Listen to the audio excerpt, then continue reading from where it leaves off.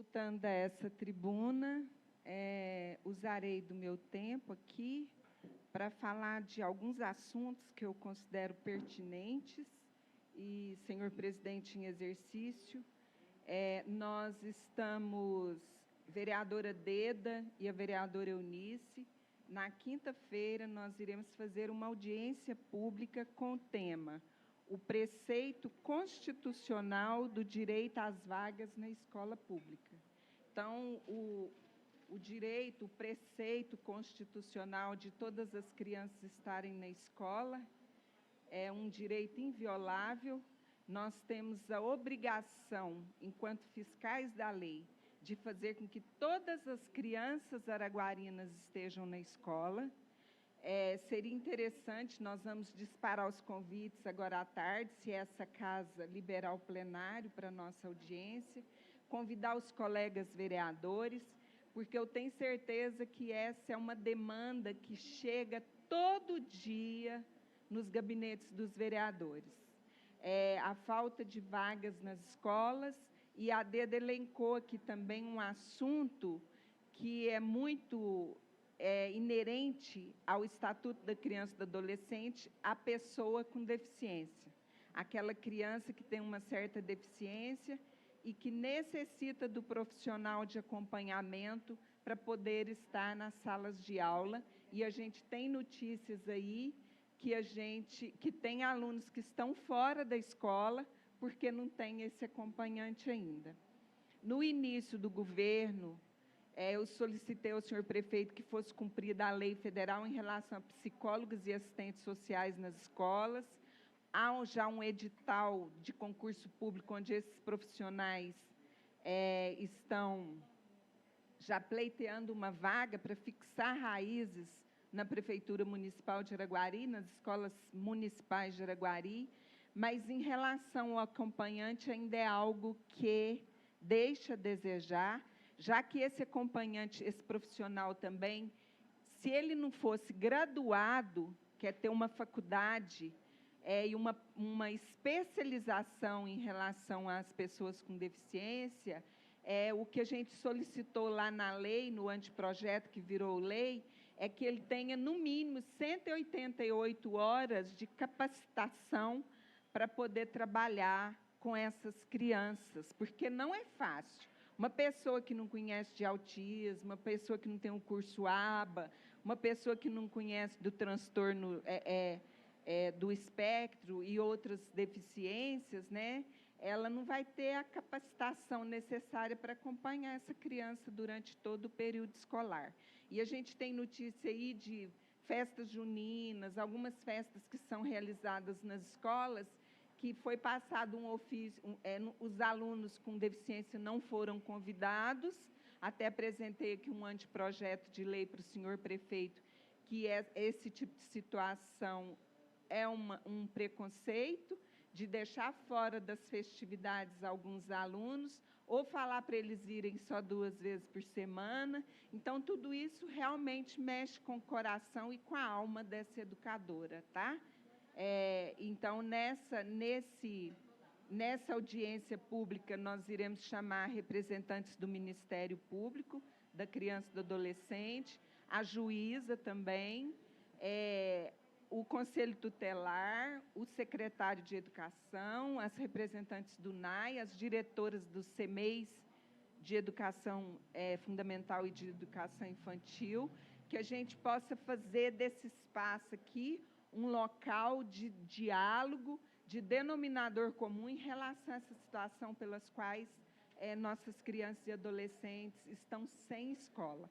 E eu acabei de ver aqui, na Folha de São Paulo, que o Luiz até trouxe aqui para mim uma resolução do Conselho Nacional de Assistência Social, que altera o artigo 13 da resolução do Conselho Nacional de Assistência Social 14, que fala que nós vamos ter que rever o peso dessas crianças, as condicionalidades para que a criança receba o Bolsa Família, porque tinha essas condicionalidades. Então, isso foi jogado para lá. o peso da criança pela saúde, o número de presenças da criança nas escolas, dos jovens também. Tem que ter um limite de faltas, né? Não pode faltar, porque senão as mães também não têm direito ao Bolsa Família. Então, essas condicionalidades vão ser levantadas novamente. E aí a mãe vai perder, aí a criança também, às vezes, ela recebe o BPC, uma coisa está ligada à outra. Uma coisa está ligada à outra. Então, o Bolsa Família, que é esse repasse de recursos para famílias de extrema pobreza e vulnerabilidade social, para as crianças, adolescentes, as mães, as puérperas. Então, todas elas têm direito a esses recursos, mas, ligada a isso, tem algumas condicionalidades, como está na escola. Então, é uma situação de não ter vaga para todos, já leva a outra situação, que é o direito do Bolsa Família, que vai voltar com as condicionalidades. Outra situação também, vereadora Deda, que eu acabei de ver aqui, é que a comida. Nós estamos vivendo em um país onde a fome se faz presente.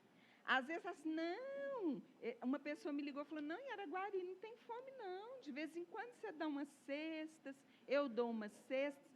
Será que a gente come só de vez em quando? Então, eu acho isso um absurdo. Às vezes, também, a alimentação parcial é um problema de fome. Às vezes, a pessoa não tem o café da tarde, deixa de ter a janta. Então, é um problema que assola também a juventude e as crianças brasileiras. A gente não quer só comida, mas tem que ter comida que dá, né? Qual que é E se a criança está fora da escola, ela também está perdendo esse direito da merenda escolar, que hoje no Brasil, para o ensino fundamental, é 36 centavos por aluno. E aí, no ensino médio, já passa em 2017. Então, nós temos que fazer esse reajuste do valor da merenda escolar para os nossos alunos, e o investimento também que a gente vê. Hoje, foi o Nego que falou aqui da agricultura familiar, da gente valorizar o pequeno agricultor, que oferece produtos para os nossos alunos também. O PENAI, que é o Programa Nacional de Alimentação Escolar, enquanto política de Estado, integrar esse abastecimento pela agricultura familiar. O recurso vem, se não gastar com isso, o recurso volta. Consolidar uma rede saudável nas escolas. Não há como falar em educação sem falar nas condições alimentares básicas da nossa juventude e dos nossos alunos. A garantia da merenda deve ser prioridade. Existe um princípio, que é um princípio das crianças, que chama princípio da prioridade absoluta. Na nossa Constituição Federal, as nossas crianças têm prioridade. Em qualquer lugar, se tiver um incêndio, se tiver um problema de alagamento, as crianças são prioridades. Pela lei, elas têm que ser prioridades. Então, se a gente não oferece a vaga, a gente sente aí que a gente está infringindo um princípio constitucional que rege a administração pública. Se vocês não se importarem, eu fico assim um pouco, mas eu entendo vocês, tá bom? Então, esse envolvimento da Secretaria de Trabalho e Ação Social com a Secretaria de Educação, do transporte escolar, nós não podemos aceitar que nós já vamos entrar agora em março e tem criança fora da escola. Então, isso mexe com a gente. Eu sei que tem mães que querem colocar essas crianças em escolas onde o IDEB é bom, como o Mário, o Rosângela, o João Pedreiro, o estadual, mas a gente tem que oferecer, no mínimo, a vaga perto da casa da criança. Por isso que, quando tem o Minha Casa Minha Vida, esses institutos já têm que ficar prontos na hora que entrega as chaves para os moradores. Tem que ter um CRAS, tem que ter uma UBSF, tem que ter uma creche, tem que ter uma escola, ou então organizar para oferecer aqueles alunos no mais próximo possível as famílias estas benfeitorias. Hã? Quê? Não, mas já é lei. Está igual aqui. Aquele projeto da vereadora que pediu para os 2 irmãos estudarem na mesma escola, que estão no mesmo ciclo de ensino, a doutora Ilse comentou comigo hoje, o IBAN falou que já é lei, a gente aqui está tendo que fazer a lei de novo, já é lei nacional, mas fazer cumprir. Falei, vamos agilizar esse projeto aí para a gente votar, porque senão essas crianças que são irmãs, só o ano que vem que elas vão continuar estudando na mesma escola. Porque eu não acredito que nós, enquanto fiscalizadores do povo, vamos aceitar o sorteio ainda nas nossas escolas. Nós temos que ajudar, junto com o doutor Felipe aqui, com a doutora Daniela, a acharmos uma forma viável de ingresso na escola pública na cidade de Araguari, que não seja tão cruel quanto o processo de sorteio. E aí, a gente pensa assim, está lindo, sorteou, encheu, completou as vagas nas escolas, está tudo lindo. Aqueles ali vão ser acolhidos. E aqueles que ficam à margem do processo, que moram nas favelas, que moram nos locais onde não tem a comida, a alimentação, as 4 alimentações, ou no mínimo 5 por dia, que todo ser humano tem direito, não tem transporte escolar, eles vão ser esquecidos pela municipalidade? Não. Inclusive, até no ensino médio, a gente tem esse problema. O governador Zema também abre um número de vagas, se extrapolar 2, 3 alunos na mesma turma, ele manda aquele aluno lá para um bairro bem distante. Então, isso também é uma forma cruel de selecionar crianças para poder colocar na escola. Na nossa época ainda, eu acho que eu ainda nem cheguei, eu acho que eu fiz isso só no Raul Soares uma vez. Tinha um teste para a gente poder entrar na escola, um teste de aptidão. O que eu ia?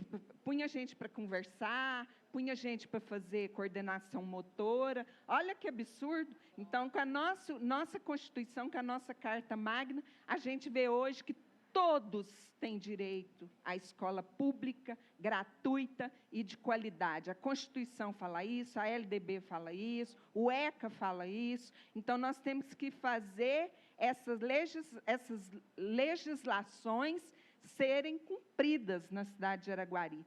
Outro problema que eu queria elencar aqui, que eu estive lendo sobre isso, que depois da pandemia, o trabalho infantil sofreu as ações, as políticas públicas para minimizar o trabalho infantil, ele sofreu um retrocesso. Principalmente que o presidente anterior cortou.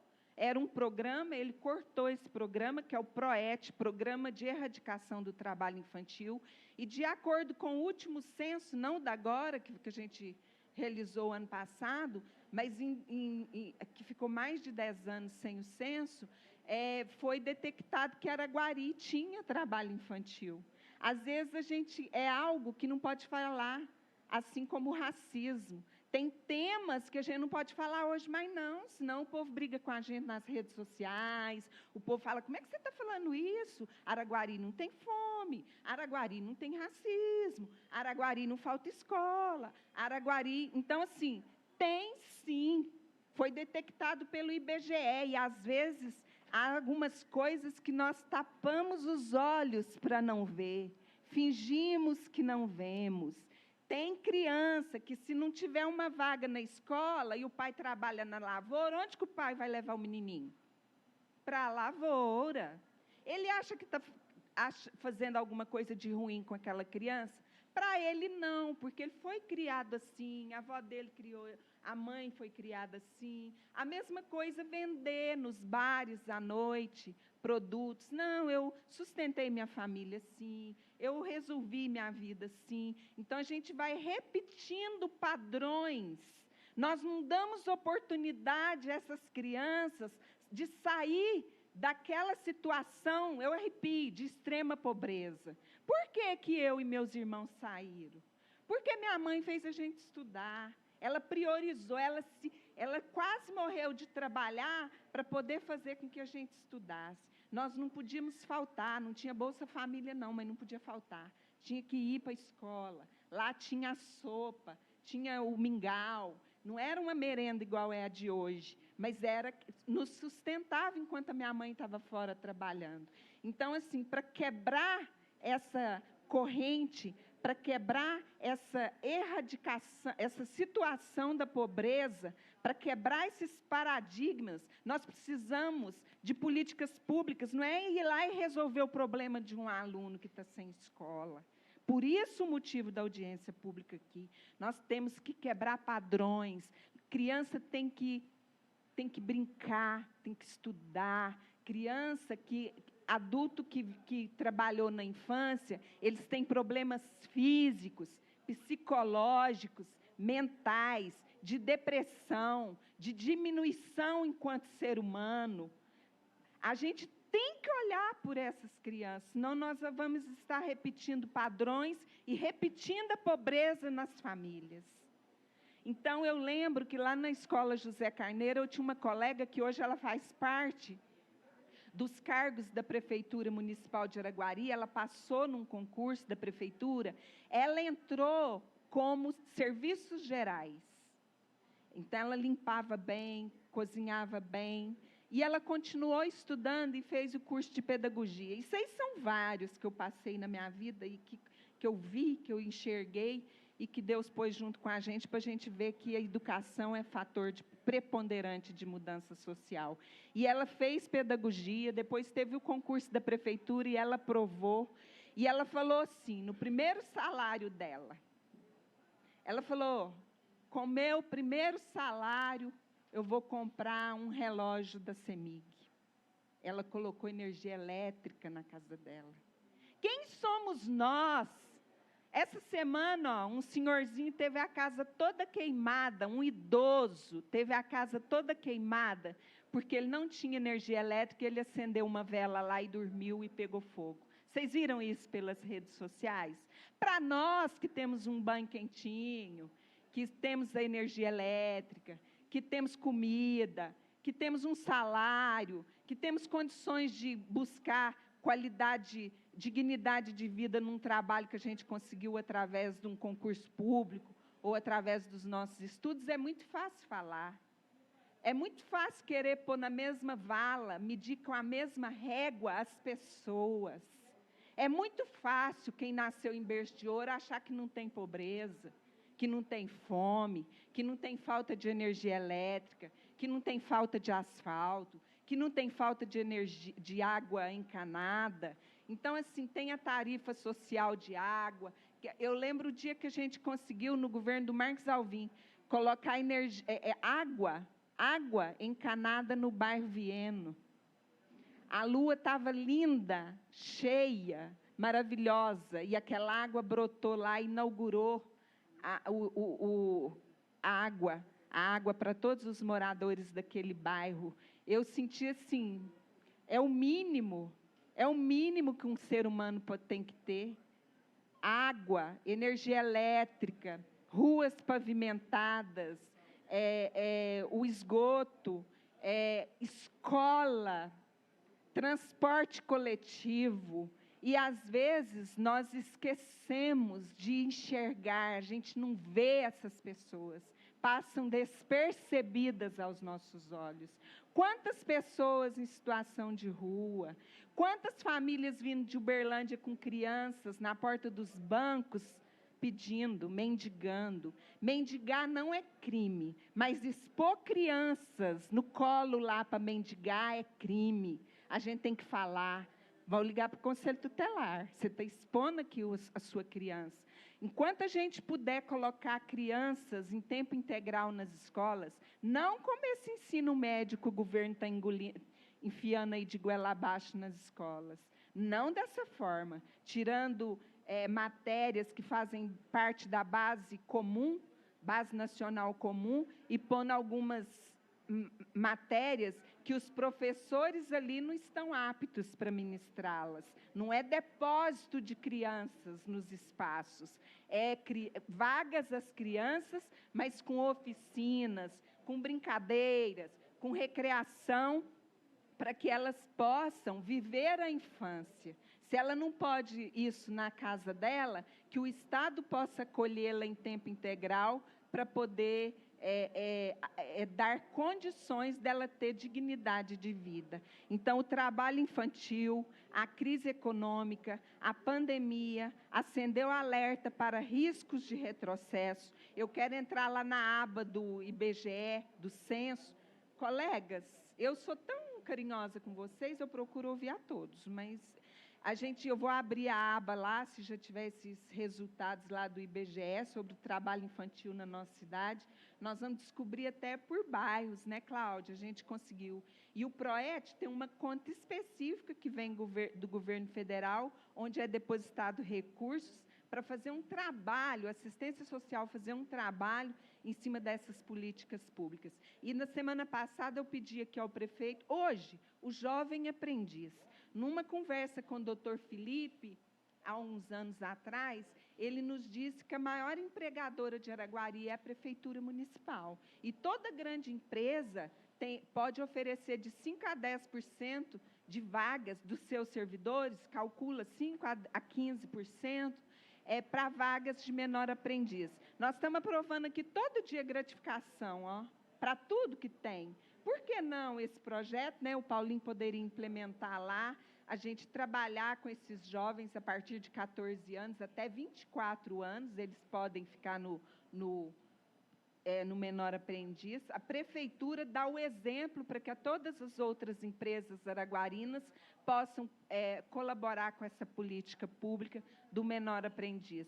Por quê? Porque com 14 anos, eu não posso levar uma criança para a roça e fazer com que ela fique lá sem tomar água, exposta ao sol, sem carteira, sem direito a um plano de saúde, sem receber recursos condizente com o trabalho que ela realiza, sem deixar que ela vá à escola. Então, tudo isso são situações que o jovem aprendiz vem dar àquelas crianças, aqueles adolescentes, 14 anos adolescentes, como uma forma de dar condições a eles de ajudar no orçamento de casa, mas, ao mesmo tempo, protegendo, de acordo com a Organização Internacional do Trabalho, a OIT, ele vai proteger esse jovem para que ele seja um adulto depois, mas que tenha uma profissão definida, que tenha estudo que lhe dê condições de fazer um concurso público na prefeitura. Então, o meu uso da tribuna hoje foi nesse sentido. Nós temos no Brasil 1,768 milhão de crianças e adolescentes que trabalham.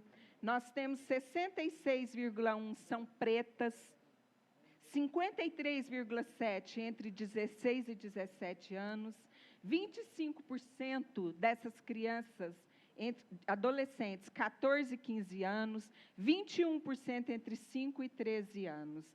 Nós temos 24,2% dessas crianças no trabalho infantil rural. Nós temos 75,8% no trabalho infantil urbano. E qual que é o trabalho infantil mais cruel que existe? Qual? O de aviãozinho. Aquele que a criança vai na escola, ele não, às vezes não tem a vaga, às vezes ele é complicado, as escolas não oferecem a vaga, fala para procurar outra escola, tem de tudo, viu? Escola particular negando vaga para aluno com autismo. A gente tem de tudo aqui em Araguari. E sabe onde chega tudo isso? Aqui. Aqui. E como é que a gente faz? A gente não dá uma resposta para o eleitor, a gente tem que fazer audiência pública e lutar por políticas públicas.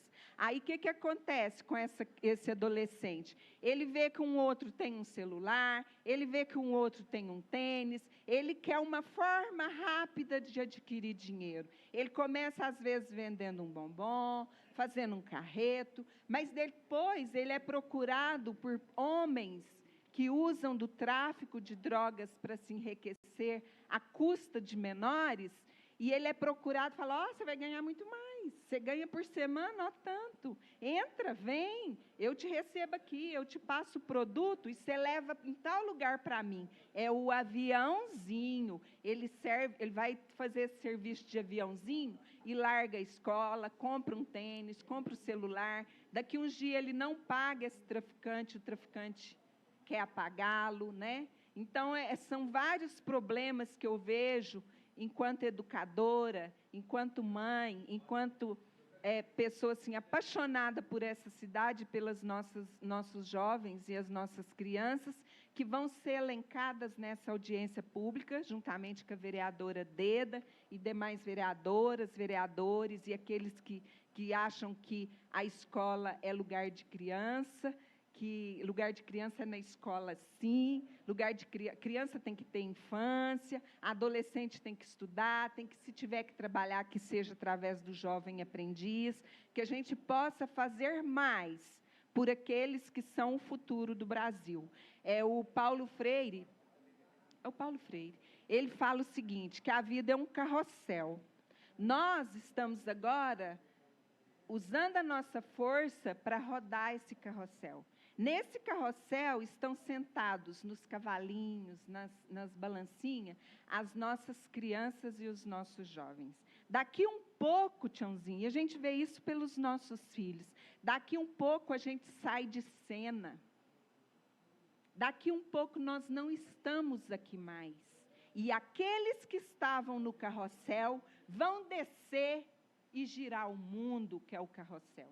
Quem vai girar o mundo? Essas crianças, esses jovens estarão preparados por nós para girar o mundo a contento? Melhor que nós? Para isso, a escola pública, gratuita e de qualidade tem que ser a primeira bandeira de qualquer governo. Educação, saúde e assistência social são as bandeiras primordiais de qualquer governo. Vamos tentar enxergar nas entrelinhas esse problema que assola não só o Brasil, mas que assola também alguns lugares, alguns bairros na cidade de Araguari, que é a falta de oferta nas escolas, o trabalho infantil, a merenda escolar que eles ficam fora, e os benefícios do governo federal, as crianças do Bolsa Família, que estão inseridas no Bolsa Família, que necessitam ser pesadas por causa da desnutrição, e também necessitam ser alimentadas e ter assiduidade nas escolas para receberem esse benefício, que é uma transferência de renda, que é um dos maiores programas do governo federal para as nossas famílias que estão em estado de pobreza, extrema pobreza e vulnerabilidade social. E a inclusão, vereadora, né? Inclusão, claro, isso aí todos. Eu solicitei ao senhor prefeito na semana passada que fosse colocado alertas sonoras, placas, nas zonas que correm risco de serem alagadas durante as fortes chuvas, sabe, Tiãozinho? A gente viu isso lá no litoral paulista, que muitas cidades passaram por esse problema e não tinham essas alertas. A gente tem ainda em Araguari vários locais onde tem esse alagamento e que a gente possa, de forma bem transparente, sem medo, colocar uma placa lá e falar, durante fortes chuvas, esse local corre o risco de alagamento. Põe uma sirene, escreve qual a profundidade que a chuva, que o índice pluviométrico atinge no momento de forte chuva, para que a gente não tenha problemas. A gente sabe aí que houve danos materiais para alguns motoristas, para algumas pessoas, em relação às fortes chuvas que tivemos aí nos últimos dias. Que Deus abençoe a nossa cidade, que Deus abençoe essa Casa de Leis e que a nossa audiência, Deda, saia com frutos